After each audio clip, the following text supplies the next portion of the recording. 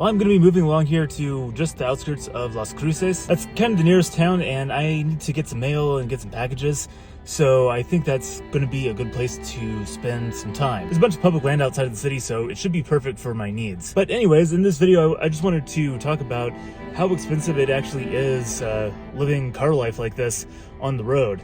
I've done similar videos when I was working full-time, and I just wanted to talk a little bit about how much less it actually costs living on the road here. When I look at my budget for the last week since I've been out here in New Mexico, I find that my budget has remained, for the most part, almost exactly identical to what it was when I was working full-time. My cost of living is maybe slightly less because fuel and food is less expensive out in this part of the world, but everything else remains about the same.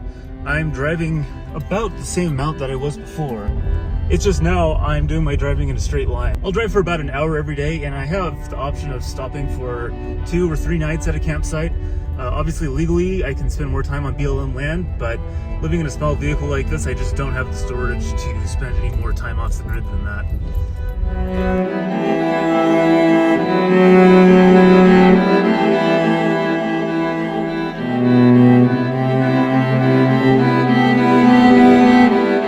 Budget where I am seeing some significant savings is on food, and that's mostly because I can make all my own food when I'm living in my car, not having to work all the time. And also just the cost of food is a little bit lower out here. The quality of produce that I've found in New Mexico here has also been really very good compared to what I was getting in Seattle, especially this time of year. So let me break down my expenses for you here. So fuel, I'm spending probably about $200 a month on fuel. And I could really drop that down if I needed to. But for now, $200 a month is what I'm doing. The cost of food is running about $300 a month out here.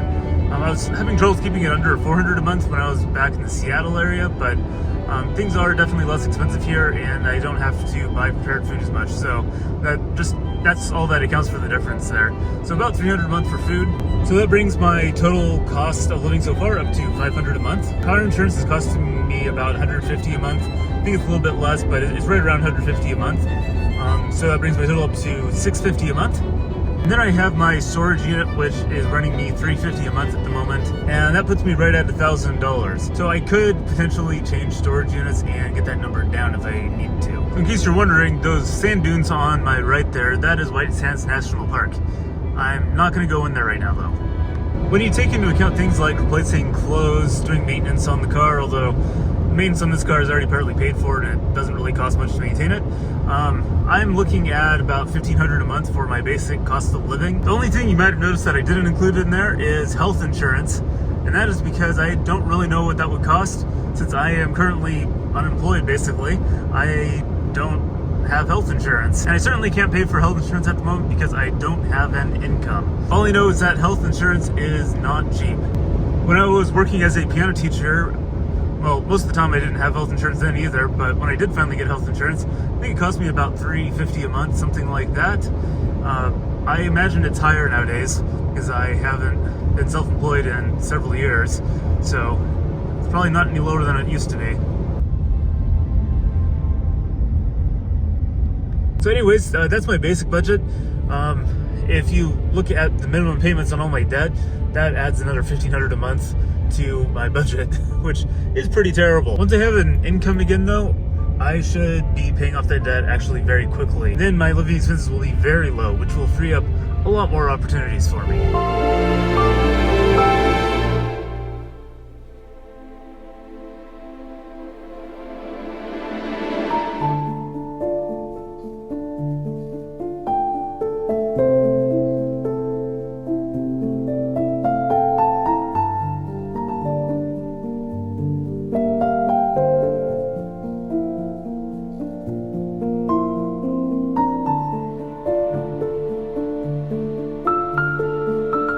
Well, I just finished editing another video. I have great reception here, so I could actually upload this video. And I think I am just about done for today. Not a bad view to look out outside the window, though.